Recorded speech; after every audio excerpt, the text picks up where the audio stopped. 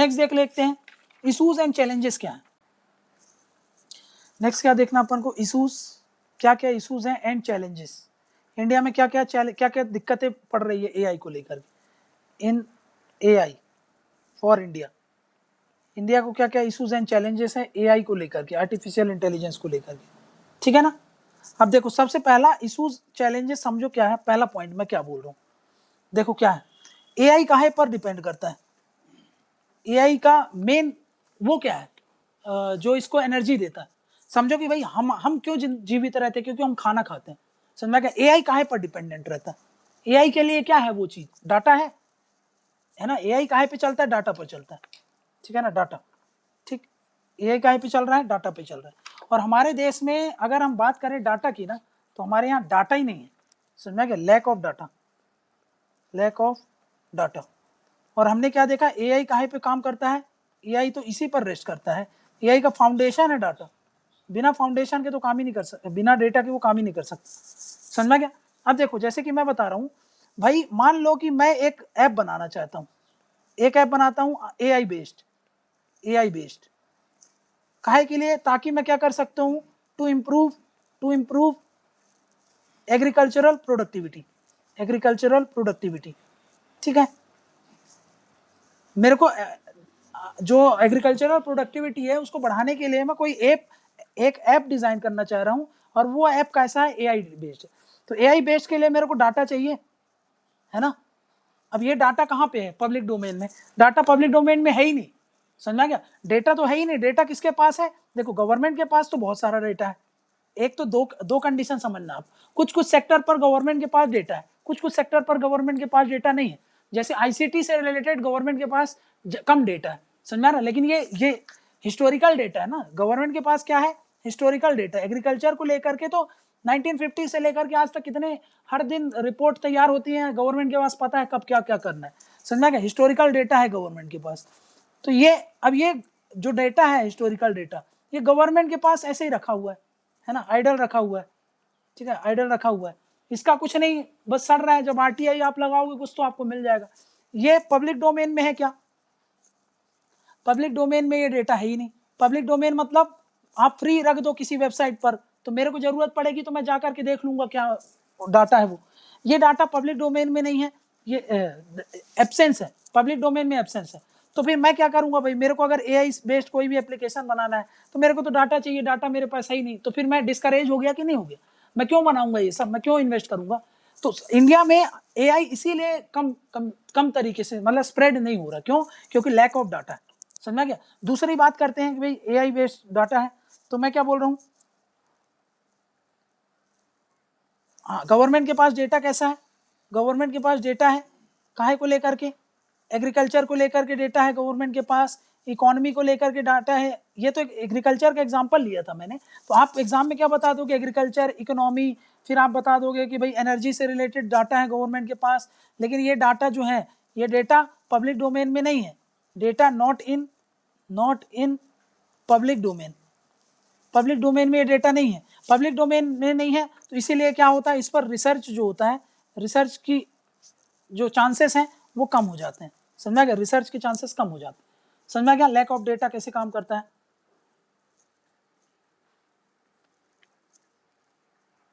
ठीक है ना, लैक ऑफ डेटा है, तो डेटा की वजह से हमारे यहाँ रिसर्च नहीं हो पा रहा, समझा गया। नेक्स्ट क्या बता रहा हूँ, अभी देखो जैसे कि मान लो कि भाई, अब देखो कुछ डेटा ऐसे हैं, डेटा जैसे कि फेसबुक, जैसे कि ट्विटर, जैसे कि गूगल के पास जो डेटा है आपके, ठीक है। नेक्स्ट फेसबुक ले लिया, ट्विटर ले लिया, इंस्टाग्राम ले लो, समझा गया। ये सब जो है इनके व्हाट्सएप का डेटा, इन सब का डेटा कहाँ स्टोर्ड है, स्टोर्ड इन यूएस। हमारे देश का डाटा कहाँ स्टोर्ड है, यूएस में स्टोर्ड है। तो अब भाई हमारे देश को मान लो कि गवर्नमेंट को कुछ पॉलिसीज बनानी है, government wants to make policies, समझा क्या, और उसमें वो यूज करना चाहती है, wants to use AI for that। जैसे कि एक एग्जांपल देता हूं मैं तुमको, अभी मैंने आपको बताया कि क्या हो कि भाई एक फील्ड पर एक फील्ड पर आग लग गई हो, मान लो यहाँ पर आग लग गई हो, अब मैं पता करना है गवर्नमेंट को कि भाई इनको गवर्नमेंट क्या करेगी, ये फील्ड है, ये फील्ड है, गवर्नमेंट इनको क्या देगी, मुआवजा देगी, समझा क्या, कंपनसेशन दे रही है, गवर्नमेंट कंपनसेशन दे रही है। तो ऐसा भी कंपनसेशन किस आधार पर देगी, भाई जितना नुकसान हुआ है आपका उस आधार पे ना। अब पता कैसे चलेगा कि कितना नुकसान हुआ है ना, पता कैसे चलेगा, भाई इसका इतना नुकसान हो सकता है पूरा, इसका सिर्फ इतना सा नुकसान हो सकता है, इस फील्ड का, इस फील्ड का कोई भी नुकसान नहीं हो सकता, इसका सिर्फ इतना सा नुकसान हो सकता है। अब मेरे को असेसमेंट करना है ना गवर्नमेंट को, तो गवर्नमेंट क्या यूज करेगी, एआई का यूज करेगी, उस हिसाब से पॉलिसीज प्रोग्राम बनाएगी, ठीक है ना, फिर उस हिसाब। लेकिन अब ये जो डेटा है, एग्रीकल्चर का डेटा तो है सरकार के पास, बट मान लो कि भाई मैं एक एग्जांपल दे रहा हूं ताकि आपको समझ में आ जाए, कुछ ऐसे डेटा की जरूरत पड़ गई सरकार को जो कि गवर्नमेंट के पास नहीं है, वे प्राइवेट कंपनीज के पास है, और इन कंपनीज का डेटा तो वहां पे स्टोर हो गया, डिले हो गया, और कई डेटा तो वो कंट्री शेयर भी नहीं करती, तो फिर उस केस में क्या करोगे आप, समझा ना। तो इसीलिए सरकार ने अभी क्या डेटा प्रोटेक्शन बिल लेके आया है, जिसके तहत 3 तरीके से कैटेगराइज करा है। कुछ डेटा को आपको यहीं पर रखना पड़ेगा, यहीं स्टोर करना पड़ेगा, दूसरे कैटेगरी को आप बाहर रख सकते हो लेकिन प्रोसेस यहीं पे करना पड़ेगा, और थर्ड कैटेगरी होती है जिसको आप बाहर भी रख सकते हो और वहां भी प्रोसेस कर सकते हो, समझना क्या। तो उस हिसाब से डेटा प्रोटेक्शन बिल लेके आया गया ताकि डेटा को हम यहाँ पे, मतलब बोला जाता है ना, डेटा इज न्यू ऑयल, जैसे ऑयल का, जैसे डेटा, ये डेटा है ना, ये क्या है, ऑयल, जितना इंपॉर्टेंट ऑयल जब आया था, जो एक रेवोल्यूशन हो गया था, वही आज के मॉडर्न समय में डेटा का वही इंपॉर्टेंस। तो इसीलिए डेटा बहुत जरूरी है, डेटा को सिक्योर करना, ये चैलेंजेस है हमारे लिए, समझा कि डेटा हमको यहीं पे रखना है, यहीं पे प्रोसेस करना है, तब जाकर के हम बेटर तरीके से हमारा एआई जो इंडस्ट्रीज है उसको बूस्ट दे सकते हैं, समझना क्या। पहला पॉइंट क्या बोला मैंने, डेटा का दिक्कत, ठीक है ना, इसका चैलेंज है एक बहुत बड़ा। नेक्स्ट क्या बोल रहा हूँ समझो, नेक्स्ट बोला जाता है कि लैक ऑफ एक्सपर्टाइज, ठीक है ना, in research and application of AI. AI में, एआई को यूज करने के लिए, टू यूज एआई क्या चाहिए हमको, ह्यूमन रिसोर्स चाहिए, आर रिक्वायर्ड, ह्यूमन रिसोर्स चाहिए रहते हैं, समझना क्या। लेकिन देखो इंडिया में एआई से रिलेटेड ह्यूमन रिसोर्सेज जो है ना, in India AI related human resources है ना, ह्यूमन रिसोर्सेस वो बहुत कम है, ठीक, वो बहुत कम है, क्लियर है ना, ह्यूमन रिसोर्सेस कम है, ठीक है ना। अभी मैं बताऊं, नीति आयोग ने एक रिपोर्ट रिलीज की थी, नीति आयोग बोलती है कि हमारे इंडिया में अभी तक सिर्फ ओनली 50% है, 50% है जो काम कर रहे हैं एआई में, are working in according to NITI Aayog, ठीक है ना, इन एआई, समझना क्या, ठीक है ना। पूरे वर्ल्ड में जितना एआई पे काम चल रहा है सिर्फ 50 लोग इंडिया में कंट्रीब्यूट करते हैं। लेकिन एक इसको काउंटर करने के लिए एक रिपोर्ट आई थी, लिंक्डइन सर्वे हुआ था, लिंक्डइन सर्वे, वो क्या पाई, वो पाती है कि भाई 386 के आसपास लोग हैं आउट ऑफ टोटल, अगर हम 22,000 लोगों का, 22,000 लोग हैं इसके सर्वे के हिसाब से जो एआई में काम करते हैं, उनमें से 386 लोग कौन है, इंडियन, समझा क्या, out of 22 are Indians with PhD across the world, समझ में क्या, ठीक है ना। 386 लोग जो काम कर रहे हैं आउट ऑफ 22,000 में, उसमें से 386 लोग क्या है, इंडियन है, वो कौन है, पीएचडी होल्डर्स, समझा क्या। तो लिंक्डइन की सर्वे ये बताती है, लेकिन गवर्नमेंट का आंकड़ा क्या बताता है, 50 लोग काम करते हैं एआई में, जो भी गवर्नमेंट के हिसाब से डेटा है, ठीक है।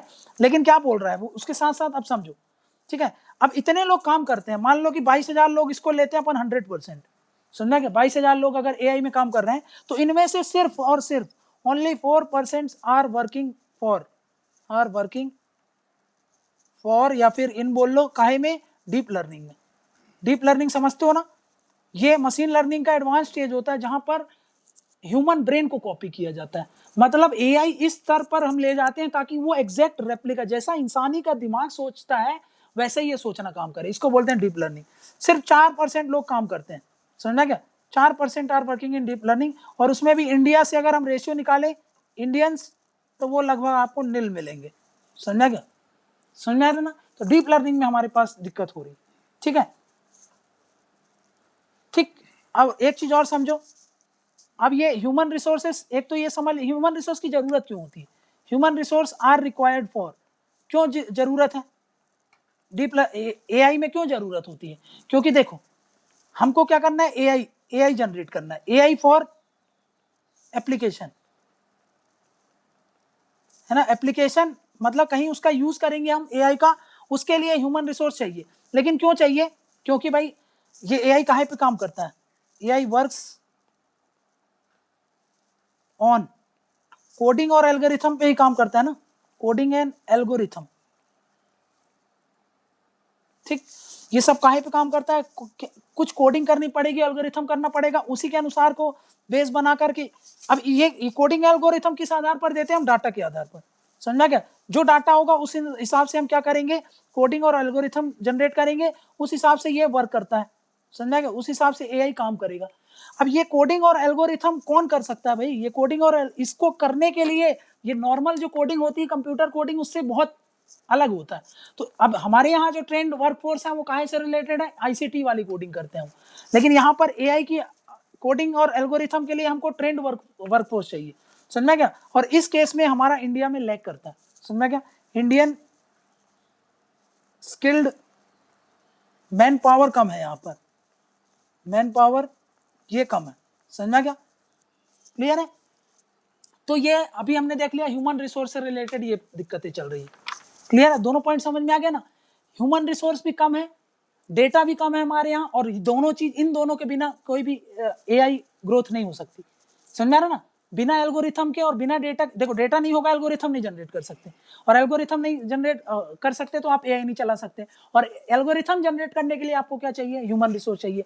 ह्यूमन रिसोर्स मतलब स्किल्ड मैन पावर चाहिए आपको, ट्रेंड इंजीनियर्स चाहिए आपको, समझना क्या? स्किल्ड इंजीनियर्स चाहिए आपको, वो भी ये कंप्यूटर वाले जो कि काहे में महारत हो, ये एआई में महारत हो, समझना क्या? सिर्फ आप कंप्यूटर की कोडिंग करना अलग चीज है, एआई में उसमें जाना अलग चीज हो जाती है। इंडिया में कोडिंग करने के लिए तो आपको ढेरों मिल जाएगी टास्क फोर्स, बट जब बात आती है एआई से रिलेटेड कोडिंग करने में तो फिर कम हो गए, समझना क्या? नेक्स्ट मैंने क्या बताया, एजुकेशन सिस्टम हमारा। नेक्स्ट एजुकेशन सिस्टम एक बड़ा चैलेंज है, एजुकेशन सिस्टम। क्यों? क्योंकि भाई हमारे यहाँ एआई से रिलेटेड पढ़ाई शुरू से ही नहीं होती, समझना क्या? There is no formal education, there is no formal education, formal education on किस किस चीज पर? भाई एआई से रिलेटेड कोई फॉर्मल एजुकेशन नहीं है, डेटा साइंस से रिलेटेड कोई फॉर्मूला नहीं है, डेटा साइंस को लेकर के कोई भी फॉर्मल एजुकेशन नहीं है, ठीक। क्लियर ना? तो ये बड़ा चैलेंज है हमारे लिए। चैलेंज होगा कि नहीं होगा भाई? जब तक आप एक वर्कफोर्स तैयार नहीं करोगे तब तक आप कैसे एआई में लीड ले सकते हो, ठीक है। अब इसी को धीरे धीरे करके कम किया जा रहा है, अभी बोला है ना, बट स्लोली इंडिया इस पर काम कर रहा है, but slowly India is working in educational institutions, ठीक है ना? या फिर इसको ऐसा बोल सकते हो, इंडिया इज स्लोली वर्किंग कहाँ कहाँ पे? एजुकेशन सेक्टर में। दूसरा, प्लेटफॉर्म तैयार कर रहा है, प्लेटफॉर्म तैयार कर रहा है, ह्यूमन रिसोर्स तैयार कर रहा है, स्किल्ड मैन पावर उसी में आ जाएगा, ह्यूमन रिसोर्स में स्किल्ड मैन पावर्स, ठीक। इनसे क्या करेगा? ये सब क्यों कर रहा है? ताकि ये जो भी चैलेंजेस है हम उसको एड्रेस कर सके, टू ओवरकम दीज चैलेंजेस। एक एग्जांपल देता हूं मैं, ठीक है। अभी एक मिनिस्ट्री ऑफ इलेक्ट्रॉनिक्स ने MEITY ministry of electronics and information technology, ठीक है ना? ठीक, क्या ministry of electronics and information technology ने क्या लॉन्च किया है? अभी उसने एक प्रोग्राम लॉन्च किया है, उसने प्रोग्राम लॉन्च किया है जिसको बोलते हैं क्या? जिसको बोलते हैं रेस्पॉन्सिबल एआई फॉर यूथ, समझा कि इस प्रोग्राम के तहत क्या चाहती है मिनिस्ट्री, क्या चाह रही है मिनिस्ट्री? ये चाहती है कि वो क्या कर सके, मिनिस्ट्री वांट्स टू एम्पावर, समझा कि वो चाहती है कि हमारे यूथ को हम एम्पावर कर दें। किसको? To youths. काहे के लिए? ताकि आगे आने वाले समय में वो एआई के लिए तैयार रहें। समझा क्या क्या बोल रहा हूं? मिनिस्ट्री क्या चाह रही है कि भाई वो एम्पावर करना चाहती है किसको? यूथ्स को। काहे से रिलेटेड एम्पावर करना चाहती है? ताकि वो क्या कर रहे हैं, एआई सेक्टर में रेडी रहे। समझा क्या? मतलब रेडी इन एआई सेक्टर। समझा क्या? नेक्स्ट, इसी के साथ साथ अगर हम यूथ को एम्पावर कर रहे हैं तो हम यूथ को क्या कर रहे हैं, ट्रेनिंग दे रहे हैं। ट्रेनिंग देने से हम ये जो स्किल है, स्किल गैप जो है उसको क्या कर रहे हैं, कम कर रहे हैं। मतलब हम क्या इंक्रीज कर रहे हैं, स्किल इंक्रीज कर रहे हैं ताकि उनका स्किल इंक्रीज हो। इसके साथ साथ उनका इंटरेस्ट इसमें बढ़े, इंटरेस्ट बढ़े, ठीक है ना, और इसका इंपैक्ट पड़े समाज पर। समझ में क्या? इससे क्या हो, इससे एक चीज और होगी, क्या? Impact in the society will increase. ठीक, इसके साथ साथ एक चीज और किया है क्या कि भाई अब एक चीज और किया है इस प्रोग्राम के तहत, जो क्लास 8 से लेकर के 12 तक के जो बच्चे हैं ना, 12th स्टूडेंट, ठीक है, अब वो काहे के होंगे, चाहे वो सेंटर रन स्कूल्स हो सकती हैं, समझा क्या, वो स्टेट रन स्कूल्स हो सकती हैं, सेंट्रल रन जैसे केवीएस हो गई, ठीक है ना, नवोदय विद्यालय हो गया, ठीक है ना। और वैसे स्टेट की सबकी अलग अलग होती है, जैसे सरस्वती शिशु मंदिर वगैरह, ये सब क्या है, स्टेट रन हो गई, ठीक है ना। ये सब क्या है, इनमें क्या किया गया है, अभी बताया मैं, क्लास 8 से लेकर के क्लास 12 तक को प्रमोट किया जा रहा है ताकि वो क्या करें, कवर कर रहे हैं इनको, ताकि वो एआई से रिलेटेड ज्यादा से ज्यादा लर्न कर सके। समझ में? क्लास 8 से इनको क्या किया जाता है, इनमें क्या हो, एआई को हम क्या कर सके, प्रमोट किया जा रहा है। AI is promoted through formal education, ठीक है, ये बात याद रखना। ठीक, क्लियर? समझ में क्या ना, क्या क्या सरकार कर रही है, ये हमने देख लिया। नेक्स्ट अब समझना है आपको, नेक्स्ट क्या बोल रहा हूं मैं भाई, ये देख लिया, फॉर्मल एजुकेशन की दिक्कत थी तो उसको काम करने के लिए सरकार लग गई। नेक्स्ट क्या बोल रहा हूं मैं भाई, इसमें बहुत कॉस्ट लगता है, इस पर अगर आपको रिसर्च वगैरह करना है, एप्लीकेशन करना है तो बहुत कॉस्टली होता है, तो इसलिए ये भी एक चैलेंज है, हाई रिसर्च कॉस्ट, ठीक है। इसके साथ साथ रिसर्च कॉस्ट के साथ ये हाई रिसोर्स कॉस्ट भी है, ठीक है ना, रिसोर्स कॉस्ट। ठीक, नेक्स्ट पॉइंट क्या बोल रहा हूं मैं, अभी लोग हमारे देश में क्या है, अवेयरनेस कम है लोगों में एआई को लेकर के, तो हमारे यहाँ क्या है, लो अवेयरनेस है काहे को लेकर के, for adoption of AI technology. ठीक, एआई टेक्नोलॉजी में इसका बहुत कम अवेयरनेस है लोगों में।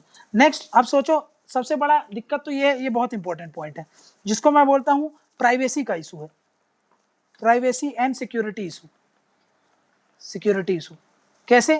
क्योंकि भाई डेटा का यूज करके गवर्नमेंट हो सकता है कि कुछ आपका प्राइवेसी को वायलेट कर सके, समझा क्या, आपकी सिक्योरिटी के लिए थ्रेट हो सकता है, समझा क्या। जैसे कि भाई इतना सारा डेटा है, अभी मैंने बोला डेटा पब्लिक डोमेन में सब कुछ होगा, तो फिर उस हिसाब से फिर सोचो कि भाई इसका अदर वे में भी तो यूज कर सकते हैं लोग, है ना, इसका मिसयूज भी हो सकता है, तो उससे लोगों की प्राइवेसी का कंसर्न उठ जाता है, लोगों की सिक्योरिटी का कंसर्न उठ जा सकता है, समझना क्या। अब ये सिर्फ रिसर्चर्स थोड़ी यूज कर सकते हैं इन डेटास को, तो फिर वो भी यूज करेंगे ना भाई, जैसे टेरर वगैरह एक्टिविटीज में जो लोग करते हैं, तो उसके कारण प्राइवेसी और सिक्योरिटी इश्यूज बहुत तेजी से इमर्ज हो रहा है, समझना क्या। नेक्स्ट क्या बोल रहा हूं मैं, अभी मैंने बता दिया, shortage of skilled man power,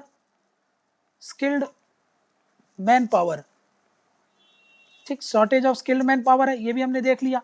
next point क्या बोल रहा हूं मैं, नेक्स्ट बोल रहा हूं कि भाई जो इंडियन यूनिवर्सिटीज हमारे यहाँ अभी बताया ना कि उतना तरीके से काम नहीं कर रही है, हमारी इंडियन यूनिवर्सिटीज पीछे हैं बाकी की यूनिवर्सिटीज से, जैसे ऑक्सफोर्ड वगैरह लीड ले ली है, हमारे यहाँ ये सब चीजें पे शुरू से ध्यान नहीं दिया तो पिछड़ गई हैं, तो ये एक दिक्कत है। और सबसे ज़्यादा कंट्रीब्यूशन कौन कर रहा है अभी हमने देखा था जब एआई, तो वो एकेडमिक्स कर रहे हैं, और हमारे यहाँ की एकेडमिक्स कुछ नहीं कर पा रही हैं। तो ये एक बड़ा चैलेंज है, समझा क्या? मतलब Indian universities academics are not doing enough to strengthen AI ecosystem in India. अब जैसे कि एग्जांपल ऑक्सफोर्ड यूनिवर्सिटी, संघाई यूनिवर्सिटी, इन्होंने एक ऐसा पूरे चाइना में एक माहौल बना दिया है, ठीक है, पूरे ब्रिटेन में माहौल बना दिया है, यूएस की यूनिवर्सिटीज ने माहौल बना दिया है, वहां ऐसा इकोसिस्टम तैयार कर दिया कि लोग खुद से एनकरेज हो रहे हैं एआई पे काम करने के लिए। लेकिन हमारे यहाँ ऐसा कुछ इकोसिस्टम ही नहीं है, हमारे यहाँ पुअर इकोसिस्टम है। क्यों? क्योंकि वहां पर एकेडमिक्स ने लीड ले लिया और वो ये सब चीज़ों को प्रमोट करती हैं, हमारे यहाँ ये पीछे रह गए। इसलिए ये क्या हो गया, हमारा थोड़ा सा चैलेंज है हमारे लिए। क्योंकि अभी अभी इसी को कम करने के लिए मैंने आपको बताया था कि आईआईटी हैदराबाद जो है, आईआईटी हैदराबाद ने बीटेक चालू किया है, बीटेक इन एआई, है ना, बीटेक इन एआई चालू कर दिया है। ऐसे सोचो अगर इंडिया की सारी यूनिवर्सिटी, सारे टेक्निकल जो एकेडमिक्स हैं, अगर वो ये सारे इनिशिएटिव चालू कर देंगे तो भाई लीड ले लेगा कि नहीं ले लेगा? ठीक है, ठीक। तो ये कुछ जो चैलेंजेस थे वो हम लोगों ने देख लिए कि भाई हाँ ये कुछ चैलेंजेस, ठीक। नेक्स्ट देखते हैं सॉल्यूशन क्या है, वे फॉरवर्ड। वे फॉरवर्ड क्या करना चाहिए? अगर हम वे फॉरवर्ड की बात करें तो भाई एक तो सबसे पहला ये जो डाटा के पास है ना, data which is with government, वो डाटा जो गवर्नमेंट के पास है उसको क्या करना पड़ेगा, पहले उस डाटा को आपको क्या कर दो, डिजिटलाइज कर दो, to be in digitalised mode, digitalised form, उसको आप डिजिटलाइज कर दो। जैसे कि आपके पास रजिस्टर होंगी, इतनी सारी रजिस्टर होंगी, पिछले 50 साल में 100 साल में इतनी सारी रिपोर्ट्स होंगी, वो फिजिकल कैसे हैं, हार्ड कॉपी में है ना, उनको आप क्या करो, डिजिटलाइज फॉर्म में कर दो। और फिर उस डिजिटलाइज फॉर्म को क्या करो, to be in public domain, public domain, समझा क्या? उसको आप कहीं में रख दो, पब्लिक डोमेन में रखो, समझा क्या? नेक्स्ट क्या बोल रहा हूं, ये जो डाटा था, data protection bill, data protection, अब तो एक्ट हो गया ये, डेटा प्रोटेक्शन एक्ट को इसको स्ट्रिक्टली इंप्लीमेंट करने की जरूरत है, टू बी स्ट्रिक्टली इंप्लीमेंटेड। क्यों? क्योंकि भाई अभी हमने देखा था कि सिक्योरिटी का इशू है ना, ये डेटा प्रोटेक्शन बिल एड्रेस करती है, एड्रेस प्राइवेसी कंसर्न, जो भी हमने अभी देखा था उसको ये डील करता है। प्राइवेसी कंसर्न के साथ साथ ये काहे को डील करता है, प्राइवेसी कंसर्न के साथ साथ ये सिक्योरिटी को भी आपको ध्यान में रखता है, ठीक है ना। तो जो भी इश्यूज हम अभी देख रहे थे वो इश्यूज को ये डील करता है, ठीक है, डेटा प्रोटेक्शन एक्ट। उसके साथ साथ ये डेटा लोकलाइजेशन की बात करता है, डेटा लोकलाइजेशन, डेटा लोकलाइजेशन मतलब हमारे देश का डाटा यहीं पर स्टोर हो, यहीं पर प्रोसेस हो, इस चीज़ों की बात करता है ये। तो ये अच्छा एक्ट है, इसको इंप्लीमेंट करने की जरूरत है। नेक्स्ट क्या बोल रहा हूं मैं, नेक्स्ट मैं बोल रहा हूं कि भाई हमको गैप कम करने की जरूरत है ना, हमको fulfil the gap, skill gap, ठीक है ना। कौन सा gap? Skill gap. Skill gap जो भी है हमारे देश में उसको कम करने की जरूरत है। मतलब काहे की बात कर रहा है ये, ह्यूमन रिसोर्स डेवलपमेंट की बात करता है, समझा क्या? अभी नीति आयोग ने एक प्लेटफॉर्म सेटअप करने की बात किया था, जिसको लिख देता हूं मैं, NITI Aayog suggest for setting up, ये है जिसको मैं बोल रहा हूं network of basic and applied research institute. मतलब क्या है इसका समझो, ये एक नेटवर्क बनाना चाहते हैं। ये मान लो आईआईटी, आईआईएससी बेंगलोर है, ये आईआईटी है, ये बहुत सारे टॉप एकेडमिशियंस हैं, इनके बीच में कोलैबोरेशन हो, उसका एक नेटवर्क बना दो ताकि इनके बीच में एक दूसरे से कम्युनिकेट कर सकें, बेटर तरीके से कोऑर्डिनेट हो सके। ये इस चीज को डील करता है, समझा क्या? ये एक नेटवर्क बनाने की बात करता है ताकि रिसर्च वगैरह को हम प्रमोट कर सकें, ये इसका काम है नीति आयोग का, ये याद रखना। एक नेटवर्क बनाना चाहता है, ठीक है ना, जो भी रिसर्च इंस्टीट्यूट है उनके बीच। ठीक, नेक्स्ट क्या बोल रहा हूं मैं, नेक्स्ट क्या करना चाहिए हमको, देखो ये है आपकी एकेडमिक्स या फिर इंस्टीट्यूट जो भी एआई में काम करते हैं, इंस्टीट्यूट्स जो कि क्या है, वर्किंग फॉर एआई में ये लोग काम करते हैं, ठीक है ना, एआई में ये काम करते हैं। लेकिन अब ये अगर काम करते हैं तो इनका कोलैबोरेशन होना चाहिए ना, जिस सेक्टर के लिए ये काम कर रहे हैं इनका कोलैबोरेशन होना चाहिए विथ रेस्पेक्टिव सेक्टर, समझा क्या। मान लो कि आप एग्रीकल्चर सेक्टर में एआई की बात कर रहे हो और आपको फील्ड के बारे में कुछ नॉलेज नहीं है, आप वहां पर आइसोलेशन में काम कर रहे हो, प्रैक्टिकलिटी से दूर, वहां की कोई भी इंस्टीट्यूट कोई भी इंडस्ट्री से कोलैबोरेशन नहीं है, तो फिर ये मॉडल फेल हो जाएगा। इसीलिए क्या बोला जा रहा है, कोई भी एकेडमिक्स या इंस्टीट्यूट जो कि एआई के लिए काम करती है वो अपने सेक्टर से, जिस सेक्टर में वो काम कर रही है उनमें कोलैबोरेशन होना चाहिए, उसमें एंगेजमेंट होना चाहिए, समझा क्या।